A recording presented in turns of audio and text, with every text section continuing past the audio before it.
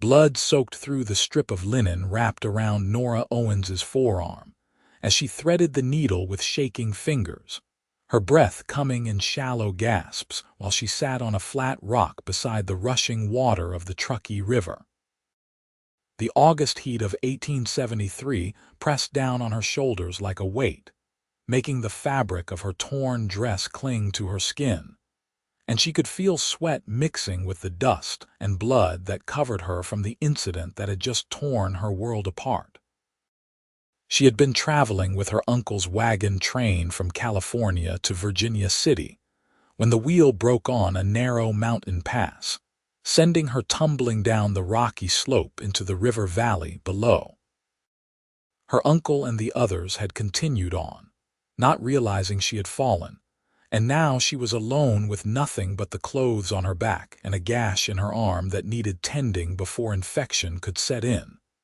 The needle pierced her skin, and she bit down hard on her lower lip to keep from crying out.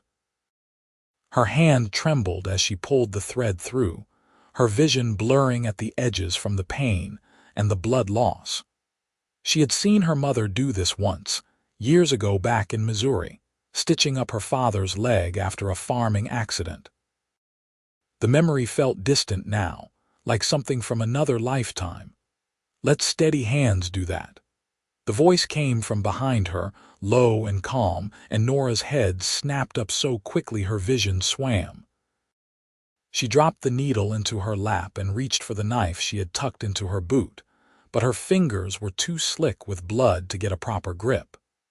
A man stood about 10 feet away, his hands raised slightly to show he meant no harm. He was tall and broad-shouldered, wearing dusty trail clothes and a worn leather vest. A hat shadowed his face, but she could see kind eyes the color of creek stones watching her with concern. "I mean you no harm, miss," he said, taking a slow step forward. "But that arm needs proper tending and your hands are shaking too much to do it right." "Stay back," Nora managed, though her voice came out weaker than she intended. "I can manage." "I can see that you can manage," the man said, and there was no mockery in his tone, only respect. "But managing and doing it right are two different things. My name is Benjamin Ellsworth. I have a camp just up the rise there, and I have medical supplies. Real ones, not just a sewing needle and some linen." Nora studied him through narrowed eyes, trying to assess whether he was telling the truth, or whether this was some new danger she would have to face. He looked to be in his late 20s, with several days of stubble on his jaw and the weathered skin of someone who spent most of his time outdoors. There was something steady about him, something that reminded her of the oak trees that used to grow outside her childhood home. "Why would you help me?" she asked. "Because you need help," Benjamin said simply. "And because leaving someone to bleed out beside a river is not something I am capable of doing." The needle had fallen onto the rock beside her, the thread trailing through the blood like a red river of its own. Nora looked down at her arm and saw that her makeshift stitches had already started to come loose. The edges of the wound were angry and red, and she knew he was right.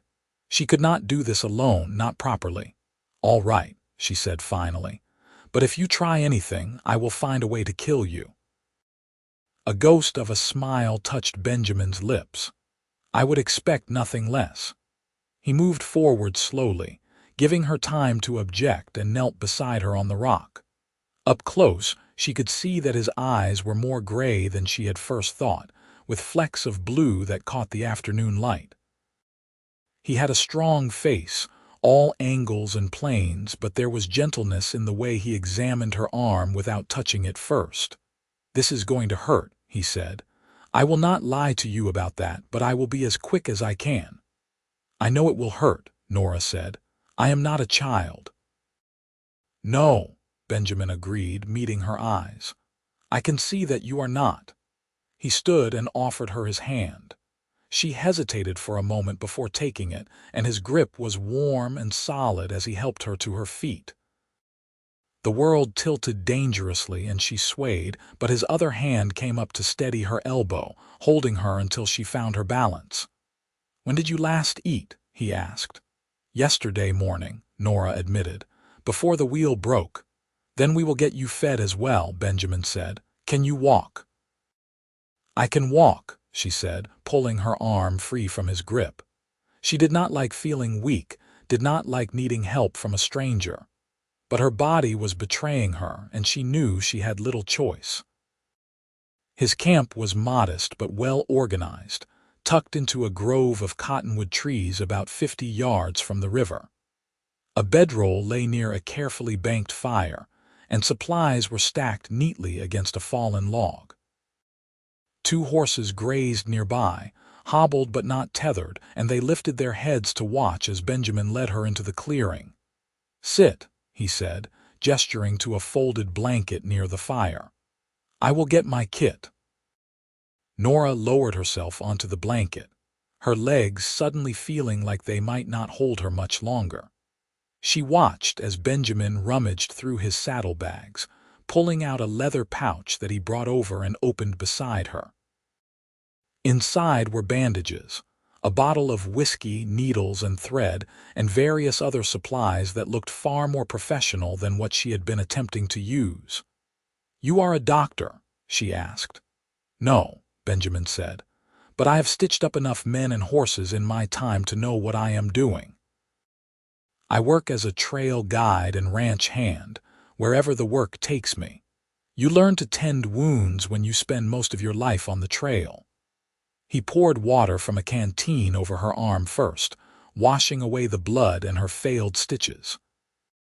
His touch was gentle but efficient, and Nora found herself studying his face as he worked. There were small scars along his jaw and one that cut through his left eyebrow, suggesting a life that had not always been easy. His hands were calloused but clean, and he moved with the confidence of someone who had done this many times before. "This will burn," he warned, uncorking the whiskey bottle. Nora nodded and braced herself, but the burn when he poured it over the wound was still worse than she expected. She hissed through her teeth and her free hand clenched into a fist, but she did not cry out. "You are tough," Benjamin said, and it sounded like approval. "I have had to be," Nora replied. He threaded a clean needle with practiced ease and looked up at her. "Do you want something to bite down on?" "No," Nora said. "Just do it quickly." The first pierce of the needle made her gasp, but she kept her eyes fixed on the mountains in the distance, using them as an anchor. Benjamin worked quickly and efficiently, his stitches small and even, pulling the edges of the wound together with the right amount of tension. Nora counted the peaks she could see, naming them in her head with made-up names, anything to keep her mind off the sensation of the needle pulling through her skin. "Where were you headed?" Benjamin asked, and she realized he was trying to distract her. "Virginia City," Nora said. "With my uncle's wagon train. We were taking supplies to the mining camps. And they left you behind." The wheel broke on a narrow pass. "I was thrown clear when the wagon lurched. I fell down the slope into the valley. By the time I made it back up to the road, they were gone." "They must not have realized I fell." Benjamin's jaw tightened slightly, but he did not comment on the fact that her uncle should have noticed her absence. "Virginia City is still a good 2 days' ride from here," he said. "Do you have family there?" "No," Nora admitted. "My uncle was taking me there to work in his store. My parents died 2 years ago, and I have been living with him in Sacramento since then. He said Virginia City needed good workers, and that I could help him run the business." "And now you have no way to get there," Benjamin said. It was not a question. "I will figure something out," Nora said. "I always do." He tied off the last stitch and cut the thread, then wrapped her arm in clean bandages from his kit. "There," he said. "That should hold as long as you keep it clean and do not strain it for the next week or so." "Thank you," Nora said, and she meant it. The pain had already started to settle into a dull throb now that the wound was closed, and she could feel some of her strength starting to return. "Now you need to eat," Benjamin said. He moved to his supplies and pulled out some dried meat and hardtack, along with a small pot that he filled with water and set over the fire. "It is not much, but it will keep you going." Nora accepted the food gratefully and ate slowly, letting her stomach adjust to having something in it again. Benjamin worked quietly, adding some dried vegetables to the water and creating a simple but hot meal. The sun was starting to sink toward the western mountains, painting the sky in shades of orange and gold. "You can rest here tonight," Benjamin said. "In the morning I will take you to Reno. It is only a few miles from here. You can catch a stage from there to Virginia City or send word to your uncle." "I do not have money for a stage," Nora said quietly. Benjamin looked at her for a long moment. "Then we will figure something else out," he said. "But first you need to rest and let your body heal." Nora wanted to argue, wanted to insist that she could take care of herself, but exhaustion was pulling at her like a riptide. The food had helped, but now that the immediate crisis was over, her body was demanding rest. "I will keep watch," Benjamin said, as if reading her thoughts. "You are safe here." She wanted to tell him that she did not need his protection, that she could keep herself safe. But the truth was that she was too tired to argue, and something in his steady gray eyes made her believe him. She lay down on the blanket he offered, using her good arm as a pillow, and let her eyes drift closed. When she woke, the sky was dark and filled with stars, and a coyote was calling somewhere in the hills. The fire had been built up and was crackling cheerfully, and Benjamin sat on the other side of it with his back against a log, keeping watch as he had promised. His rifle lay across his knees, and he was looking out at the darkness beyond the firelight with the alertness of someone who had spent many nights on the trail. "What time is it?" Nora asked, her voice rough with sleep. "Near midnight," Benjamin said. "How do you feel?" Nora sat up carefully, testing her arm. It throbbed, but the pain was manageable. "Better," she admitted. "Sore, but better." "That is good," Benjamin said. He reached for the pot that still sat near the fire and poured some of the stew into a tin cup. "You should eat more if you can." Nora accepted the cup and sipped at the warm broth, feeling it settle comfortably in her stomach. "You should sleep," she said. "I can keep watch for a while." "You need to rest more than I do," Benjamin said. "I have been resting," Nora pointed out, "and you have been awake all day." "Let me do this." Benjamin studied her for a moment, then nodded slowly. "All right," he said, "but wake me if you hear anything unusual." "I will," Nora promised. He lay down on his bedroll on the other side of the fire, keeping the rifle close, and within minutes his breathing had deepened into sleep. Nora watched the flames dance and listened to the night sounds of the river valley, feeling strangely peaceful despite everything that had happened. There was something about Benjamin Ellsworth that made her feel safe in a way she had not felt since her parents died.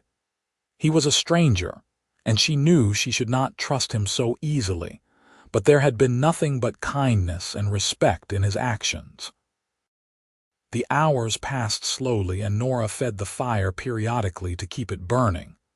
When the sky began to lighten in the east, she gently shook Benjamin's shoulder.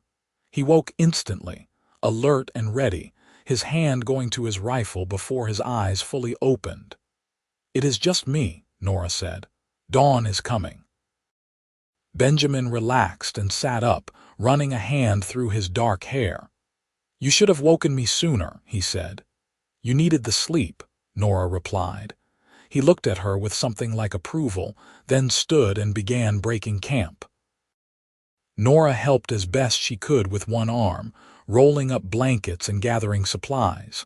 By the time the sun had fully risen, they were ready to ride. "You will have to ride with me," Benjamin said, gesturing to his horses. "The other horse is carrying supplies," and I do not think you are in any shape to ride alone yet." Nora wanted to protest, but she knew he was right. She had never been the best rider even when she was not injured, and trying to control a horse with one arm would be foolish. Benjamin mounted first, then offered her his hand and pulled her up behind him. She settled onto the horse's back and hesitated for a moment before wrapping her good arm around his waist to steady herself. "Hold on tight," Benjamin said. "The trail is not too rough, but I do not want you falling." They rode slowly, following the river toward Reno. The morning air was cool and fresh, and Nora found herself relaxing into the rhythm of the horse's movement. Benjamin sat solid and steady in front of her, and she could feel the warmth of him through his shirt. They did not talk much, but the silence was comfortable rather than awkward. Reno came into view around mid-morning, a sprawling town built along the river with buildings that ranged from rough-hewn timber structures to more established brick buildings. The railroad ran through the center of town, and Nora could see smoke rising from a train that sat at the station. People moved along the streets with purpose, and the sound of hammers and saws suggested that the town was still growing. Benjamin guided the horses down the main street, drawing a few curious looks from passers-by. He stopped in front of a modest hotel called the Silver River and helped Nora dismount before swinging down himself. "Wait here," he said. "I will see about getting you a room." "Benjamin, I told you I do not have money," Nora said. "I know," he replied. "But I do." Before she could protest, he had disappeared inside the hotel. Nora stood beside the horses, feeling conspicuous in her torn and blood-stained dress. She was acutely aware of the stares she was receiving from people passing by, and she lifted her chin defiantly, refusing to look ashamed. Benjamin emerged a few minutes later with a key in his hand. "Room 3, he said. "It is paid for the next 3 nights. That should give you time to figure out your next step." "I cannot accept this," Nora said. "You have already done too much." "You can and you will," Benjamin said firmly. "You need a place to rest while your arm heals. And before you argue further, consider it payment for keeping watch last night so I could sleep." Nora opened her mouth to protest, then closed it again. She could see the determination in his eyes and knew that arguing would be pointless. "Thank you," she said quietly. "I will find a way to repay you." "There is no debt," Benjamin said. "Now come on. Let me help you get settled, and then I will see about getting you some proper clothes and food." The room was small but clean, with a narrow bed, a washstand, and a window that looked out over the street. Benjamin set her down on the edge of the bed and went to fill the basin with water from the pitcher. "Clean yourself up," he said. "I will go find the general store and get you some things. Is there anything specific you need?" "A dress that is not torn and covered in blood would be nice," Nora said, "and maybe a hairbrush." "I will see what I can do," Benjamin said. "Lock the door behind me and do not open it for anyone but me." After he left, Nora did as he suggested, stripping off her ruined dress and washing away the dirt and blood that covered her skin. The water turned brown in the basin, and she had to refill it twice before she felt clean. Her arm ached with the movement, but the bandages stayed in place and no blood seeped through. She was sitting on the bed in her chemise, trying to comb through her tangled hair with her fingers, when Benjamin knocked on the door. She opened it to find him carrying several parcels wrapped in brown paper. "I hope these fit," he said, handing them to her. "The woman at the store helped me guess your size." Inside the parcels, Nora found a simple but well-made dress in a dark blue calico, a white shirtwaist, a skirt, stockings, and a pair of sturdy boots. There was also a hairbrush, some pins, soap, and various other necessities. It was more than she had expected, more than she had any right to accept. "This is too much," she said. "It is what you need," Benjamin replied. Now get dressed. I am going to go stable the horses and get myself cleaned up. Then I will come back and we can get you something proper to eat. He left before she could argue, and Nora dressed slowly, marveling at the feel of clean cloth against her skin. The dress fit reasonably well, perhaps a touch loose in the waist but otherwise fine. She brushed out her long, dark hair and pinned it up in a simple style, then studied herself in the small mirror that hung above the washstand. She looked pale and tired, with shadows under her eyes, but at least she looked presentable. When Benjamin returned an hour later, he had cleaned up as well and changed into fresh clothes. His jaw was newly shaved, and his dark hair was still damp from washing. He looked younger without the trail dust and stubble, and Nora felt her heart do an unexpected little flutter in her chest. "You look much better," he said. "So do you," Nora replied, then felt her cheeks heat at how forward that sounded. If Benjamin noticed her embarrassment, he was kind enough not to mention it. "There is a decent restaurant down the street," he said. "Do you feel up to walking?" "I think I can manage," Nora said. The restaurant was called the Golden Rose, and it was surprisingly nice for a frontier town. White tablecloths covered the tables, and the smell of fresh bread and roasting meat filled the air. Benjamin led her to a table near the window and held her chair for her before taking his own seat. "Order whatever you want," he said when the waitress brought menus. Nora had not seen this much food in months. Her uncle had kept her on short rations during their journey, claiming they needed to conserve supplies. She finally settled on roast chicken with potatoes and vegetables, and Benjamin ordered the same. While they waited for their food, Nora found herself studying him across the table. "Why are you being so kind to me?" she asked. "You do not know me. I could be anyone." Benjamin considered the question carefully before answering. "My mother used to say that we are measured by how we treat people when they have nothing to offer us in return," he said. "You needed help, and I was in a position to give it.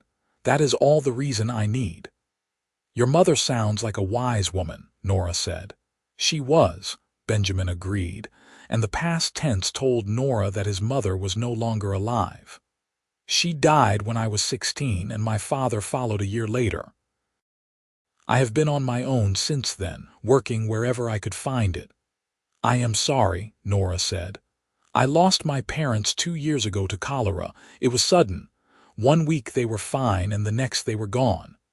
"It is a hard thing," Benjamin said quietly. "Losing the people who are supposed to always be there." Their food arrived and they ate in comfortable silence for a while. The chicken was tender and well seasoned, and Nora savored every bite. It was the best meal she had eaten in a very long time. "What will you do now?" Benjamin asked eventually. "Do you still want to go to Virginia City?" Nora set down her fork and considered the question. "I do not know," she admitted. "I have no way to contact my uncle, and even if I did, I am not certain he would come back for me. He has been looking for an excuse to be rid of me since my parents died. I think the only reason he took me in at all was because people would have talked if he had not." "Then perhaps this is an opportunity," Benjamin said. "A chance to choose your own path instead of following someone else's plan for you." "It is a nice thought," Nora said, "but I have no money and no prospects. Women do not have many choices out here." "You could find work in Reno," Benjamin suggested. "The town is growing fast. There are stores that need clerks, families that need help, and you strike me as someone who is not afraid of hard work." "I am not," Nora agreed. "But most people want references, and I have none. My uncle would not give me one even if I could reach him." Benjamin was quiet for a moment, then said, "I might be able to help with that. I know some people in town. I could put in a good word for you." "Why would you do that?" Nora asked. "You barely know me." "Because I am a good judge of character," Benjamin said. And I can see that you are the kind of person who does what needs to be done, even when it is hard. That counts for something." Nora felt tears prick at her eyes and she blinked them back quickly. "Thank you," she said, "for everything. I do not know what I would have done if you had not come along." "You would have figured it out," Benjamin said with certainty. "But I am glad I could help." They finished their meal and walked back to the hotel slowly, taking their time in the afternoon sunshine. Reno was busy with activity, and Nora found herself watching the people and the buildings with interest. It was different from Sacramento, rougher around the edges but full of energy and possibility. "I need to go check on a job tomorrow," Benjamin said when they reached the hotel. "A rancher outside of town is looking for help with a cattle drive, but I will come by in the evening and see how you are doing." "You do not need to do that," Nora said. "You have done more than enough already." "I want to," Benjamin said simply. "Besides, I want to check on your arm and make sure it is healing properly." Nora looked up at him, at the honest concern in his gray eyes, and felt something shift in her chest. "All right," she said. "I will see you tomorrow evening then." She watched him walk away down the street, leading his horses toward the stable, and felt a strange mixture of gratitude and longing. Benjamin Ellsworth was a good man, the kind of man her father would have respected, and she found herself hoping very much that he would keep his promise to return. The next 2 days passed slowly for Nora. She rested in her room, letting her arm heal and regaining her strength. In the mornings she walked around Reno, familiarizing herself with the town and quietly looking for work. But every place she inquired either had no openings or wanted references she could not provide. By the 3rd day she was starting to feel desperate, wondering what she would do when her time at the hotel ran out. Benjamin came by each evening as promised, checking her bandages and bringing her food. They talked for hours, sitting by the window in her room with the door propped open for propriety's sake. Nora learned that he had grown up in Missouri, not far from where her own family had lived, and that he had come west after his parents died to make a new start. He had worked cattle drives, served as a trail guide, and spent time in mining camps. He was 27 years old, had never been married, and seemed content with his solitary life on the trail. For her part, Nora told him about her childhood, about her father who had been a schoolteacher, and her mother who had kept the most beautiful garden in town. She told him about the books she loved to read, and her secret dream of one day having a home of her own, a place where she belonged and did not have to depend on anyone else's charity. "That is not too much to want," Benjamin said. "Everyone deserves a place to call home." "Do you have a place like that?" Nora asked. Benjamin shook his head. "No, I have been drifting too long. Sometimes I think about settling down somewhere, buying a piece of land and building something permanent, but I never seem to stay in one place long enough to make it happen." "Why not?" Nora asked. "I do not know," Benjamin admitted. "Maybe I have just gotten used to moving, or maybe I have not found the right reason to stay yet." There was something in the way he looked at her when he said it that made Nora's heart beat faster, but she told herself she was reading too much into his words. Benjamin was kind to her because that was who he was, not because he had any particular interest in her, beyond basic human decency. On the 4th day, Benjamin arrived in the evening with news. "I talked to a woman named Mrs. Patterson who runs a boarding house on the east side of town," he said. "Her husband died last year, and she has been struggling to keep up with everything on her own. She needs someone to help with the cooking and cleaning and to help manage the boarders. I told her about you and she would like to meet you." "Really?" Nora said, hope flaring in her chest. "She would consider hiring me without references. I vouched for you," Benjamin said. "She trusts my judgment. The job comes with room and board plus a small wage. It is not much, but it would give you a place to stay and a way to support yourself." Nora felt tears spring to her eyes, and this time she did not bother to hide them. "Benjamin, I do not know how to thank you." "Just meet with her," Benjamin said. "And if it works out, that will be thanks enough." Mrs. Patterson turned out to be a sturdy woman in her 50s with iron gray hair and sharp eyes that seemed to see everything. She looked Nora up and down when they met the next morning, taking in her bandaged arm and simple dress, then nodded as if satisfied with what she saw. "Benjamin tells me you are a hard worker," she said. "Is that true?" "Yes, madam," Nora said. "I will work as hard as you need me to." "And you can cook, not fancy food, but good solid meals." "I can," Nora confirmed. "My mother taught me." "What about laundry and mending?" "I can do both." Mrs. Patterson nodded again. "The job is yours if you want it. You will have a small room on the ground floor, 3 meals a day, and $12 a month.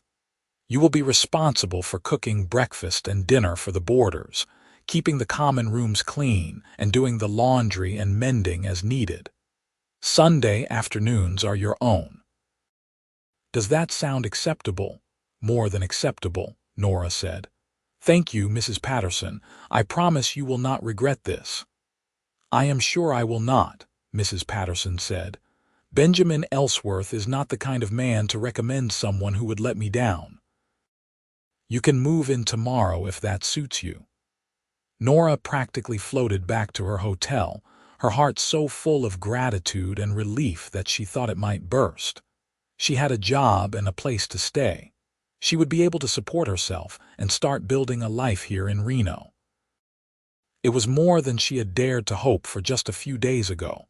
Benjamin was waiting in the hotel lobby when she returned, and the smile on his face told her he had already guessed the outcome of her meeting. "She hired you," he said. "She did," Nora confirmed. "Thanks to you." "You got yourself hired," Benjamin corrected. "I just made the introduction." "It is more than that, and you know it," Nora said. She reached out and took his hand, squeezing it gently.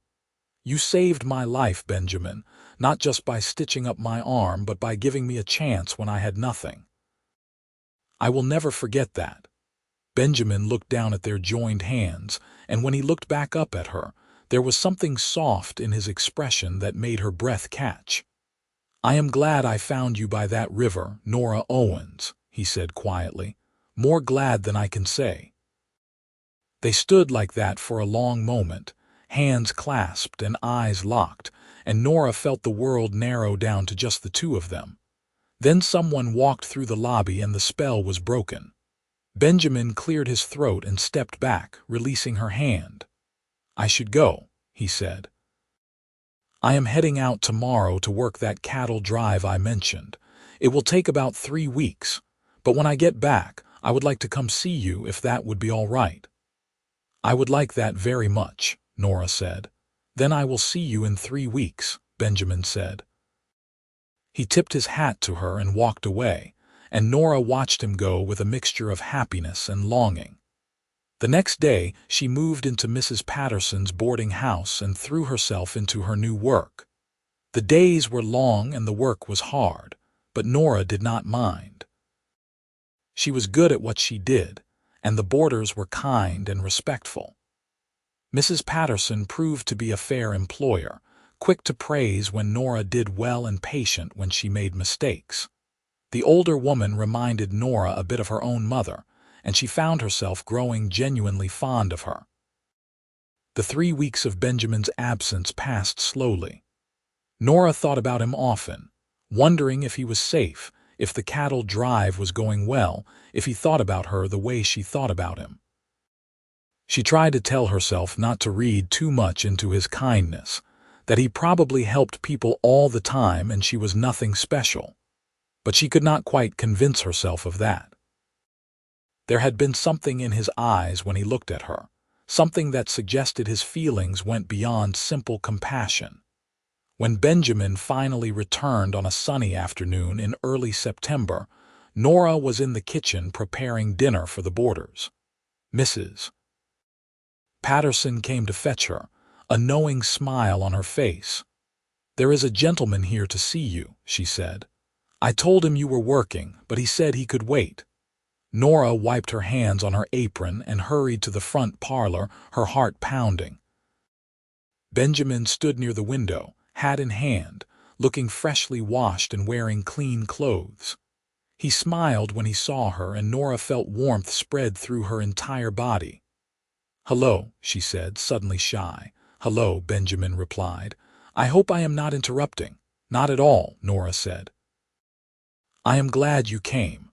How was the drive?" "Long and dusty, but we got the cattle where they needed to go without losing too many, and it paid well." He paused, then said, "I was wondering if you might have some free time this Sunday. I thought we could take a ride out to the river, maybe have a picnic if the weather holds." "I would love that," Nora said. "Mrs. Patterson gives me Sunday afternoons off." "Then it is a date," Benjamin said, and the word sent a little thrill through Nora's chest. Sunday arrived clear and warm, with just a hint of autumn in the air. Benjamin arrived at the boarding house with a horse for Nora to ride and a basket packed with food. They rode out of town following the Truckee River, retracing part of the path they had taken when he first brought her to Reno. "I thought we could go back to where we met," Benjamin said, "if that does not bring up bad memories." "No bad memories," Nora assured him. "That place will always be special to me because it is where you found me." They spread a blanket near the water and ate cold chicken and fresh bread while watching the river flow past. Benjamin told her stories about the cattle drive, about the men he had worked with, and the challenges they had faced. Nora talked about her work at the boarding house, about the colorful characters who lived there and the rhythms of her new life. "Are you happy here?" Benjamin asked at one point. Nora considered the question carefully. "I am," she said. "Happier than I have been in a long time. Mrs. Patterson is kind and the work is good. I feel like I am building something, something that is mine." "I am glad," Benjamin said. He reached out and took her hand, lacing his fingers through hers. "I have been thinking about you the whole time I was gone. I kept remembering the way you looked sitting on that rock, trying to stitch up your own arm even though your hands were shaking.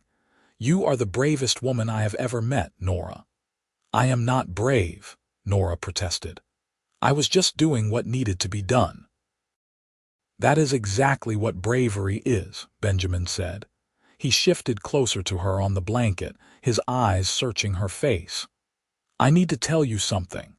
When I first saw you by the river, I thought I was just helping someone in need. But the more time I spent with you, the more I realized you were different from anyone I had ever met. You are strong and kind and smart, and you do not give up even when things are hard. And somewhere along the way, I started falling in love with you." Nora's breath caught in her throat. "Benjamin, I know it is fast," he continued. "And I know you might not feel the same way, but I needed you to know. I have been drifting for years, never staying anywhere long enough to put down roots. But being with you makes me want to stay. You make me want to build something permanent, something real." Tears were streaming down Nora's face now, but they were happy tears. "I feel the same way," she said. "I have been trying not to hope, trying not to assume that what I felt might be returned. But I love you, Benjamin. I think I started falling the moment you knelt beside me and said you would help." Benjamin cupped her face in his hands, his thumbs gently wiping away her tears. "May I kiss you?" he asked. "Yes," Nora whispered. His lips were soft and warm against hers, and the kiss was gentle and sweet and filled with promise. Nora felt like she was finally home, finally in the place she was meant to be. When they pulled apart, Benjamin rested his forehead against hers and smiled. "I want to do this right," he said. "I want to court you properly with Mrs. Patterson's permission. And when enough time has passed that people will not talk, I want to marry you if you will have me." "I will have you," Nora said. Today, tomorrow, whenever you want, but we can wait if that is what you think is best." "It is," Benjamin said. "I want everyone to know that I am serious about you, that this is not some passing fancy. You deserve to be courted and cherished, not rushed into something because we cannot control our feelings." Over the following months, Benjamin courted Nora with old-fashioned courtesy and romance. He came by the boarding house several times a week, always with flowers or some small gift. They took walks along the river, attended church together on Sundays, and spent long evenings in the parlor talking while Mrs. Patterson sat nearby doing her needlework and serving as chaperone. Benjamin found steady work at a ranch just outside of Reno, deciding he was done with drifting from place to place. He was good with horses and cattle, and the ranch owner quickly came to rely on him. He saved his money carefully, with a specific goal in mind. As autumn turned to winter, and then winter gave way to spring, the whole town of Reno watched the romance bloom between the cowboy and the young woman who worked at Mrs. Patterson's boarding house. They made a handsome couple, people said, and it was clear to anyone who saw them together that they were deeply in love. In March of 1874, Benjamin came to the boarding house with a small velvet box in his pocket and a hopeful expression on his face. Mrs. Patterson let him use the parlor for privacy, shooing out the boarders and closing the door behind her as she left. "Nora," Benjamin said, taking both of her hands in his, "these past 8 months have been the happiest of my life. You have changed everything for me. You have given me a reason to stay in one place, a reason to build something lasting. I love you more than I thought it was possible to love another person, and I want to spend the rest of my life showing you just how much." He dropped to one knee, pulling out the box and opening it to reveal a simple gold band with a small but beautiful diamond. "Will you marry me?" he asked. "Yes," Nora said, tears streaming down her face again. "Yes, absolutely yes." Benjamin slipped the ring onto her finger and stood, pulling her into his arms and kissing her soundly. When they finally pulled apart, both of them were laughing and crying at the same time. "I have been saving up," Benjamin said. "I found a piece of land just outside of town, about 20 acres with a creek running through it. There is a small cabin on it that needs work, but it is solid. I want to buy it and fix it up for us. I want to build us a real home, Nora, a place where we can put down roots and raise a family." "That sounds perfect," Nora said. "As long as I am with you, anywhere will feel like home." They were married in late April in the small church in Reno, with Mrs. Patterson and several of the boarders in attendance, along with Benjamin's friends from the ranch. Nora wore a simple white dress that Mrs. Patterson had helped her make, and she carried wildflowers that Benjamin had picked that morning. She had never been happier than she was walking down the aisle toward the man she loved, seeing the way his face lit up when he saw her. The cabin Benjamin had bought needed more work than he had initially thought, so they spent the first month of their marriage living in a room at Mrs. Patterson's boarding house, while Benjamin worked on the property during the day. Nora helped when she could, though Mrs. Patterson still needed her to work part-time at the boarding house. But finally, in early June, Benjamin declared the cabin ready. It was small but sturdy, with one main room that served as kitchen and living area, a bedroom, and a loft that could be used for storage or additional sleeping space. Benjamin had repaired the roof, chinked the gaps between the logs, built new furniture, and even put in a proper stove. There was a garden plot that Nora immediately began planning, and a small barn for the 2 horses Benjamin now owned. "It is not much," Benjamin said as he carried Nora over the threshold, "but it is ours." "It is perfect," Nora said. "It is everything I ever dreamed of."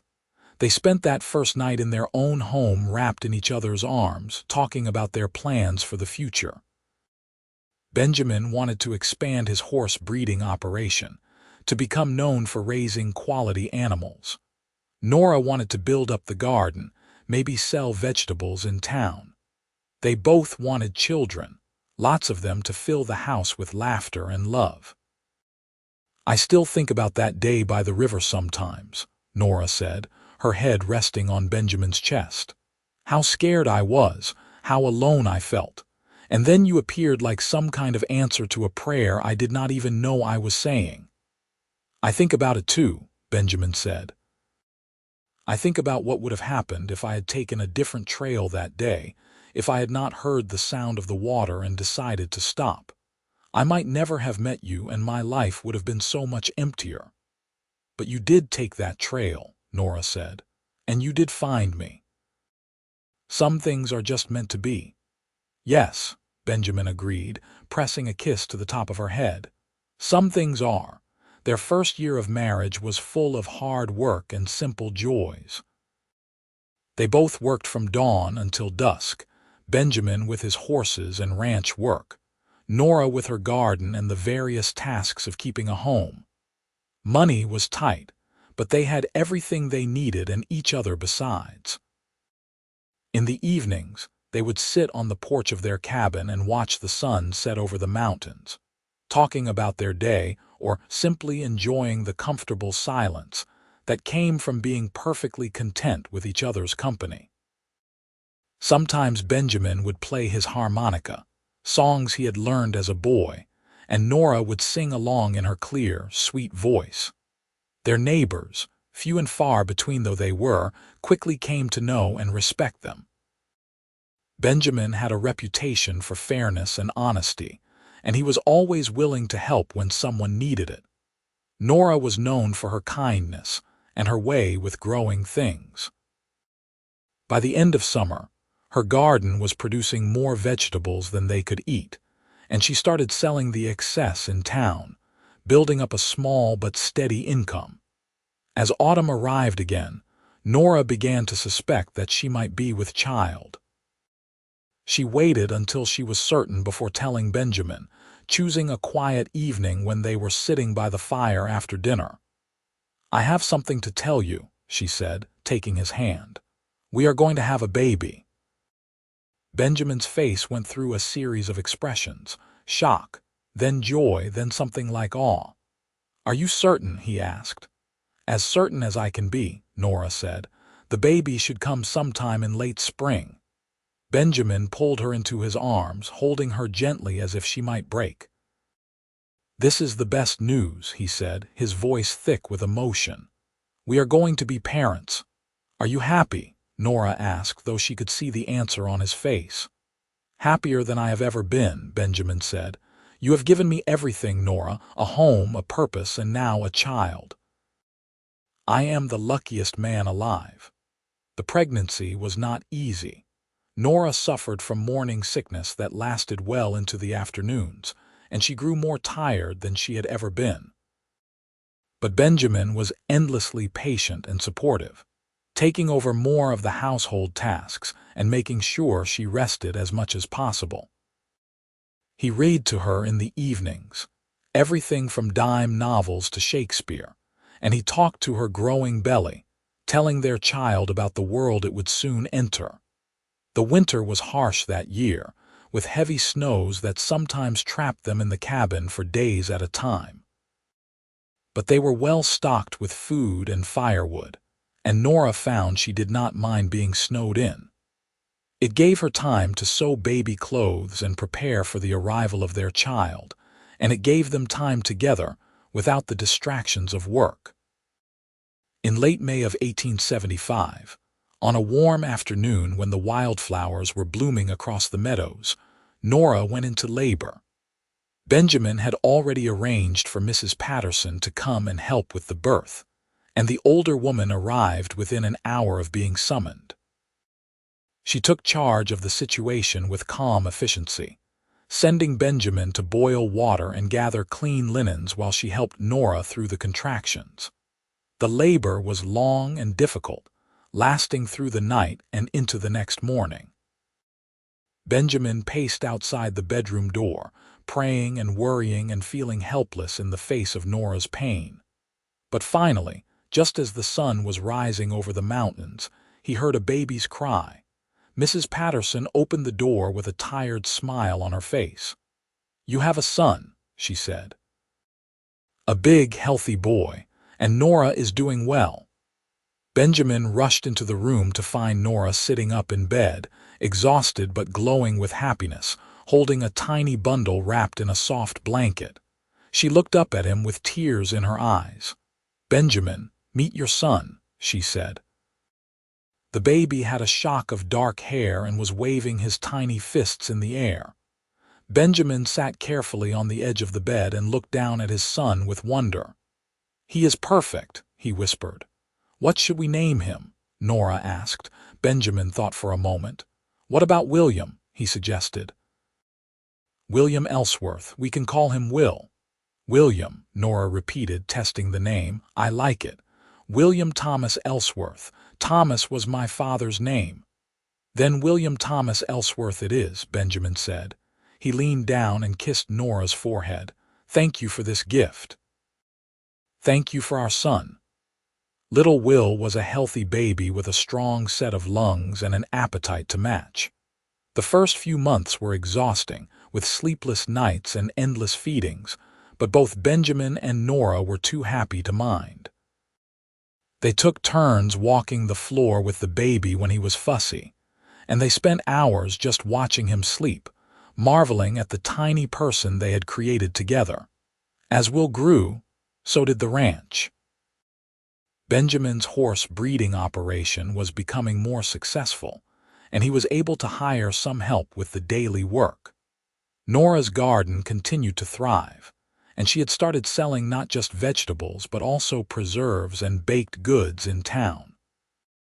They were not wealthy, but they were comfortable, and more importantly, they were happy. When Will was 2 years old, Nora discovered she was pregnant again. This time the pregnancy was easier, and in the spring of 1878 they welcomed a daughter into the world. They named her Sarah Ann, after both of their mothers, and she was a tiny, delicate thing with Nora's dark eyes and Benjamin's stubborn chin. The cabin that had seemed so spacious when they first moved in was now feeling cramped with 2 children, so Benjamin began work on an addition. He spent his evenings and weekends expanding the house, adding 2 more bedrooms and a larger kitchen.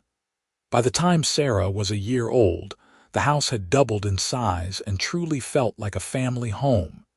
Years passed in a blur of work and love and laughter. Will grew into a serious, thoughtful boy who loved working with his father and the horses.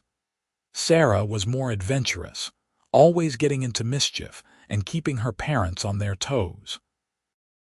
In 1881, another daughter arrived, a sweet-tempered baby they named Elizabeth, and in 1883, a second son they called James. The house was always full of noise and activity, but Benjamin and Nora would not have had it any other way. In the evenings, after the children were in bed, they would sit together on the porch just as they had in those early days, watching the sunset and holding hands. "You ever think about what your life would have been like if I had not found you that day?" Benjamin asked one evening. "Sometimes," Nora admitted, "but I try not to dwell on it. All I know is that I am here now with you and our children, and I am happier than I ever thought possible. You saved me that day, Benjamin, not just my arm, but all of me." "You saved me too," Benjamin said. "I was just drifting before I met you, going through the motions of living but not really feeling alive. You gave me purpose and hope and love. You gave me a family." Nora leaned her head on his shoulder. "We saved each other then," she said. "And we will keep saving each other, every day for the rest of our lives." The years continued to roll by, bringing both challenges and triumphs. There were hard winters when money was tight and summers when drought threatened the garden and the grass the horses needed. There were illnesses and injuries, moments of fear and worry. But through it all, Benjamin and Nora faced everything together, their love growing deeper and stronger with each passing year. Will grew into a fine young man who eventually took over much of the day-to-day running of the horse ranch. He had inherited his father's steady hands and his mother's kind heart, and he was respected throughout the region for his skill with horses. Sarah married a rancher from the next valley over when she was 22, and she gave Benjamin and Nora their first grandchildren, twin boys who were just as adventurous as their mother had been. Elizabeth became a teacher, opening a small school in Reno and teaching children from all over the area. She had inherited Nora's love of learning and Benjamin's patience, and she was beloved by her students. James followed in his father's footsteps, becoming a ranch hand and eventually a trail guide, though he always came home to the family ranch between jobs. By the time Benjamin and Nora celebrated their 25th wedding anniversary in 1899, they had 9 grandchildren and a ranch that was known throughout Nevada for producing the finest horses in the territory. They were respected members of the community, people who had built something lasting through hard work and determination and love. On the evening of their anniversary, their children threw them a party at the ranch. The house and yard were filled with people, neighbors and friends and family, all coming to celebrate the couple who had become a fixture in Reno. There was food and music and dancing, and Benjamin and Nora were the center of attention, though they would have preferred something quieter. As the sun began to set, Benjamin pulled Nora away from the party and led her down to the creek that ran through their property. It was the same creek that had drawn him to this land all those years ago, the same water that had reminded him of the day he found her by the Truckee River. 25 years, Benjamin said, wrapping his arms around her from behind. It feels like yesterday and a lifetime all at once. I know what you mean, Nora said, leaning back against him. Sometimes I still see that scared girl trying to stitch up her own arm, and I can hardly believe that was me. You were never just a scared girl, Benjamin said. You were always strong and brave, even when you did not feel it. That is what I saw that day, and that is what I have seen every day since. And you were always my hero, Nora said, turning in his arms to face him. My steady-handed cowboy who appeared just when I needed him most. Benjamin cupped her face in his hands, his thumbs tracing the lines that time had etched around her eyes. She was 50 years old now, with silver threading through her dark hair and the marks of a life well lived on her face. But to him, she was just as beautiful as she had been that day by the river. I love you, Nora Ellsworth, he said. I have loved you for 25 years, and I will love you for 25 more and beyond that into whatever comes next. I love you too, Benjamin, Nora said. Always and forever. He kissed her then, a kiss that held all the passion and tenderness of their years together, and Nora felt her heart swell with gratitude for the life they had built. She had been alone and injured and afraid once, with no idea what the future held. But then a cowboy had found her by the water and offered her his steady hands, and everything had changed. As they walked back to the party hand in hand, Nora thought about all the moments that had led them to this place. The fear and the pain of that first day had been real, but so had the kindness and the hope. Benjamin had taught her that it was okay to accept help, that letting someone in did not make her weak, but made her stronger. And she had taught him that it was okay to stop drifting, that putting down roots and building something permanent was worth the risk of getting hurt. Together, they had created a life filled with love and laughter, with children and grandchildren, with hard work and simple pleasures.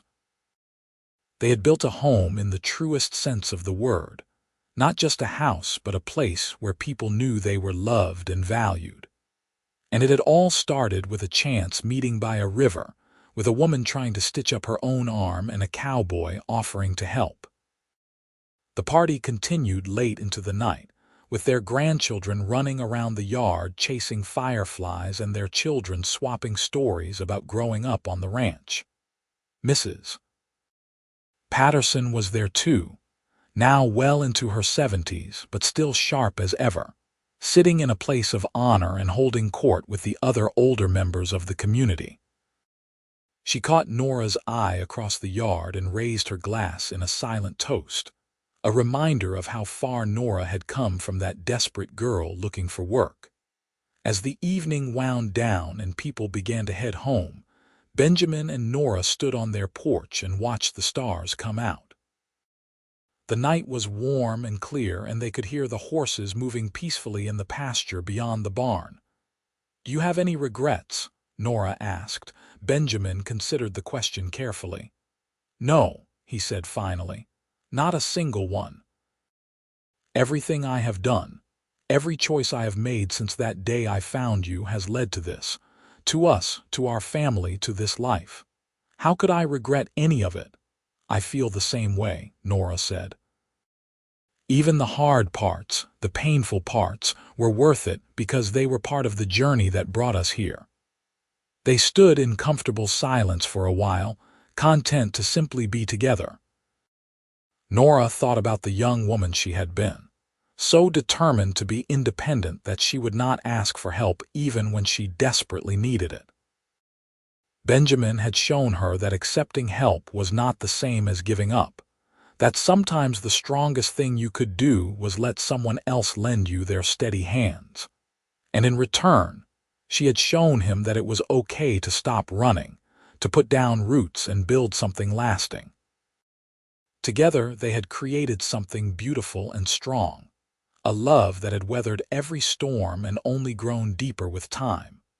More years passed, bringing more grandchildren and eventually great-grandchildren. Benjamin and Nora gradually stepped back from the day-to-day running of the ranch, leaving it in Will's capable hands while they enjoyed a slower pace of life. They spent their days tending a smaller garden, taking walks along the creek, and spoiling their grandchildren whenever they got the chance. In the summer of 1910, on a warm August day that reminded them both of that first meeting 37 years earlier, Benjamin and Nora rode out to the Truckee River together. They were both in their 70s now, with creaky joints and slower movements, but they could still sit a horse well enough for a gentle ride. They found the spot where they had met, or as close to it as they could remember after so many years. The flat rock where Nora had been sitting was still there, worn smooth by water and time. They spread a blanket on the grass and sat together, watching the water flow past just as they had done so many times before. "You remember what you said to me that day?" Nora asked. "Your very first words." "Let steady hands do that," Benjamin quoted with a smile. "I remember thinking you were the most stubborn woman I had ever seen, trying to stitch yourself up even though you were shaking like a leaf. And I remember thinking you were either going to save me or kill me, and I was too tired to care which," Nora said with a laugh. "I was so suspicious of your kindness." "You had every right to be," Benjamin said. "The world had not been kind to you. You had learned not to trust easily." "But I trusted you," Nora said. "Even then, even when I did not want to, something told me you were different." "I am glad you listened to that something," Benjamin said. He took her hand, his fingers still steady despite his age. "These hands have done a lot of work over the years. They have built houses and raised horses and held our children when they were born. But the most important thing they ever did was stitch up your arm that day." "The most important thing my hands ever did was hold yours," Nora replied. "Everything else came from that." They sat by the river until the sun began to set, talking about their life together and all the memories they had made. When it was time to head home, Benjamin helped Nora to her feet, and they mounted their horses for the ride back to the ranch. "You think we will get another 37 years?" Nora asked as they rode. "I do not know," Benjamin said honestly.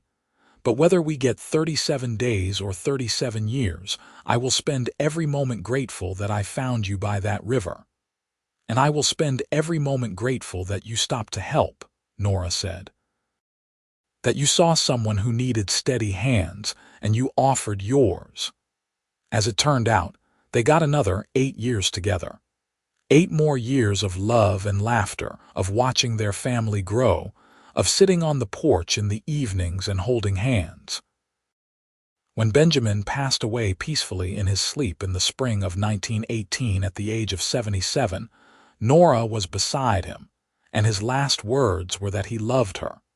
Nora grieved deeply, as anyone would after losing their partner of 44 years, but she did not let the grief consume her.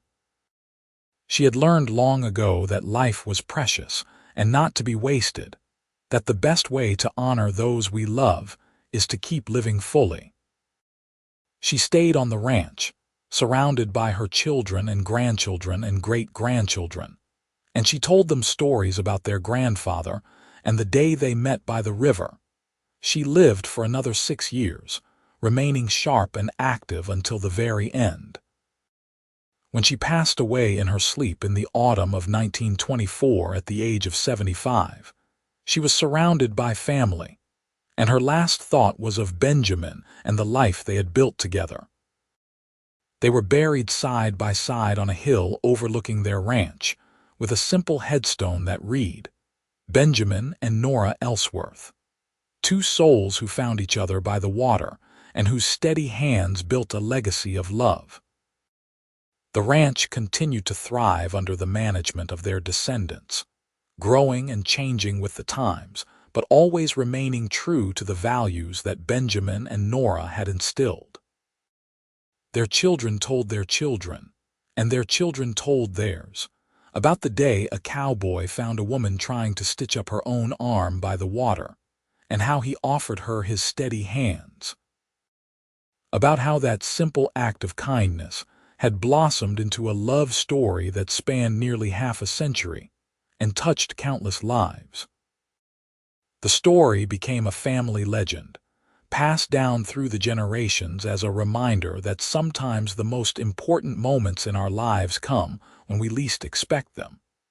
That being willing to accept help is not a weakness but a strength. That love can appear in an instant but takes a lifetime to fully bloom. And that sometimes, when we are at our lowest point, struggling to hold ourselves together, the universe sends us exactly what we need in the form of a stranger with kind eyes and steady hands. The creek still runs through the property, clear and cold just as it always has. The house that Benjamin and Nora built together still stands, expanded and updated over the years, but still containing the original cabin at its heart.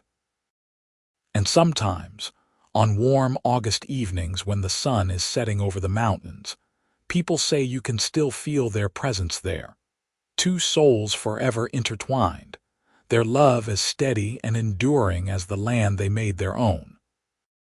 Their great-great-grandchildren still live on the ranch, raising horses and vegetables just as Benjamin and Nora did. They know the story of how their ancestors met, and they understand the importance of the legacy they have inherited. It is not just land and buildings and livestock. It is the legacy of two people who found each other when they both needed it most, who built something beautiful and lasting through hard work and determination and love. The legacy of a woman who was brave enough to accept help when she needed it, and a cowboy who was kind enough to offer his steady hands. The legacy of a love that started by the water on a hot August day in 1873 and continues to ripple outward through the generations, touching lives and hearts in ways that Benjamin and Nora could never have imagined when they first locked eyes across that flat rock beside the Truckee River. And so their story lives on, a testament to the power of kindness, the strength of love, and the beautiful things that can grow when two people choose to face life together, their hands clasped tight and their hearts beating as one. From that first moment when Benjamin knelt beside Nora and said those simple words that would change both their lives forever, to the last moments they shared in their twilight years, their love remained constant and true. They had built more than just a ranch and a family. They had built a home in every sense of the word, a place where love was given freely and help was offered without hesitation, where steady hands could always be counted on, whether to stitch up a wound, to build a house, to hold a newborn baby, or simply to hold another hand through whatever storms life might bring. And that, in the end, was the greatest legacy of all. Not the land or the horses, or even the children and grandchildren, though all of those things mattered. The greatest legacy was the lesson they taught through their lives, that we all need steady hands sometimes, and that offering ours to someone in need is one of the most important things we can ever do. The sun sets now over the same mountains it set over when Benjamin first found Nora by the water. The river still flows, cold and clear and constant. And somewhere in the eternal wheel of things, two souls are together still, their love as steady and unchanging as the land they made their home, a testament to the beautiful things that can grow from a single moment of kindness beside the water.